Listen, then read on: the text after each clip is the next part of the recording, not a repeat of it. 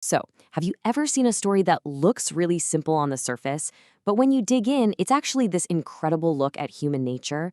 That's what we've got here. It's an animated story about a village that runs out of cooking gas. Sounds basic, right? But trust me, it's a wild ride. We're going to break down what happens when people get desperate and how fast things can flip from, total greed to real empathy. Let's get into it. So, the story kicks off with this one line from our main character, Rupa, and it just hits you. Her whole world right now is hanging on her daughter's marriage. And with this one sentence, you are immediately dropped right into the pressure cooker she's in. I mean, everything has to be perfect. But, well, you can probably guess it's all about to go completely sideways. All right, so here's how we're going to break this down. First, we'll look at the big problem at the heart of the story, then the, let's say, creative ways they try to fix it. We'll get into the bidding war, see what greed really costs, then hit the big twist, and finally wrap up with what this all really means.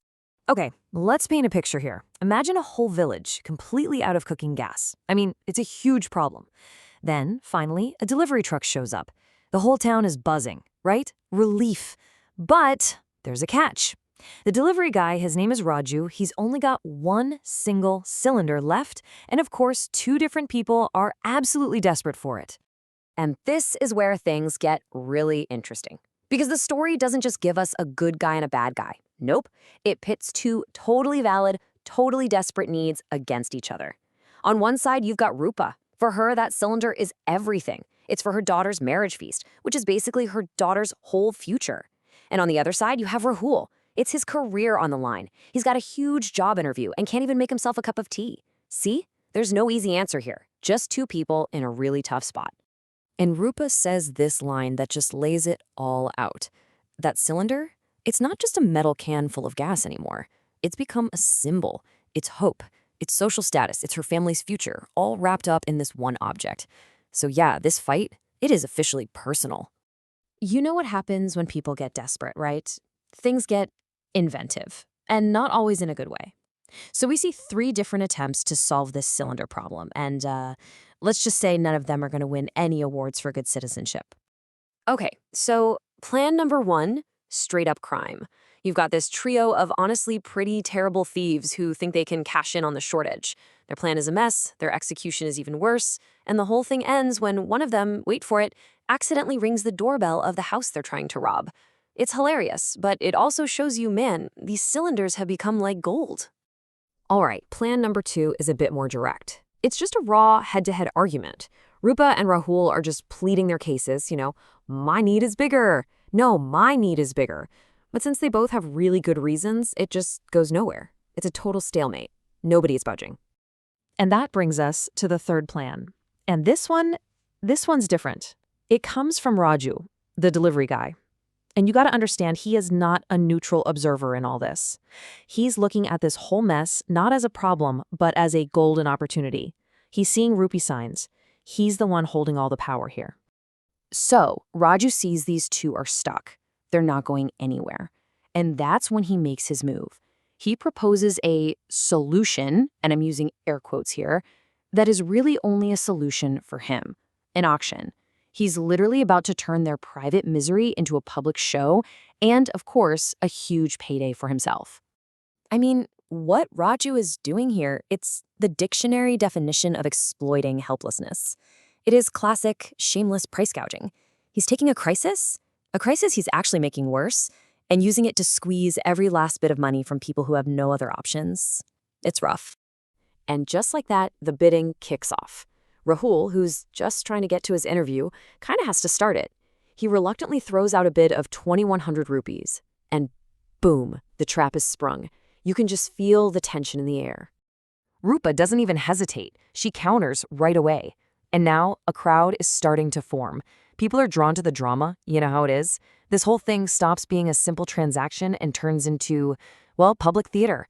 Everyone's just standing around, watching their neighbors get forced into a bidding war over something they need to survive. At this point, the entire neighborhood is watching, and they're not helping, they're enjoying it. It's a show. A private, painful moment has become entertainment for everybody else, and it's all being driven by Raju's greed. The only question is, how high can this possibly go? And then Rupa just goes for it. She makes this huge leap, jumping the bid by a whole 1,000 rupees in one go. Wow. You can just feel the desperation, can't you? She is throwing everything she has at this, all for her daughter. And that's it, the final number. Rupa's last desperate bid, 5,000 rupees. And the crowd, they erupt. But they're laughing, they're applauding. Raju's got this huge grin on his face. Rahul just looks broken. For all intents and purposes, it looks like greed just won. So Rupa pulls out the cash, 5,000 rupees. She won, I guess, but what a price to pay. Raju reaches out his hand to take the money, and it really feels like, okay, that's the end of the story. But is it really over? Right at that moment, just as the money is about to move, a shout comes from Rupa's house, and this one's sound changes everything. It's Rupa's daughter. And what's she yelling? The kheer is burnt. The kheer, that sweet pudding that was the whole point of this entire fight, it's ruined. The irony is just, wow. While Rupa was out here fighting tooth and nail for the gas to cook the food itself was burning on the stove. And this single moment, it's like a domino. It just sets off a chain reaction. Rahul sees this real, tangible loss. You can practically smell the burnt kheer, And it just hits him. A wave of empathy. He sees how ridiculous this all is, and he tells Raju, just give her the cylinder for the real price. He just gives up his claim. Just like that. And that one act of compassion, it's contagious. The very same people who were just laughing and clapping as the price went up, they suddenly turn on Raju. They flip instantly from being an entertained audience to an angry mob. Now they're yelling about his greed. They're threatening to call the cops. The whole social energy just does a complete 180. So what are we left with? What's the point of all this? Well, it's pretty clear this story is about so much more than a gas cylinder, right? It's a really powerful modern fable about what a crisis can reveal about who we really are. When you boil it all down, the moral here is that a crisis can bring out the absolute worst in people, but it can also bring out the absolute best. It shows us how easy it is to exploit someone who's desperate, but it also shows us that the real answers are found in compassion, not in fighting each other. And sometimes it just takes a small disaster like a pot of burnt kheer to snap everyone back to reality and remember what's important. The story itself says it best. That cylinder of greed, it's going to run out.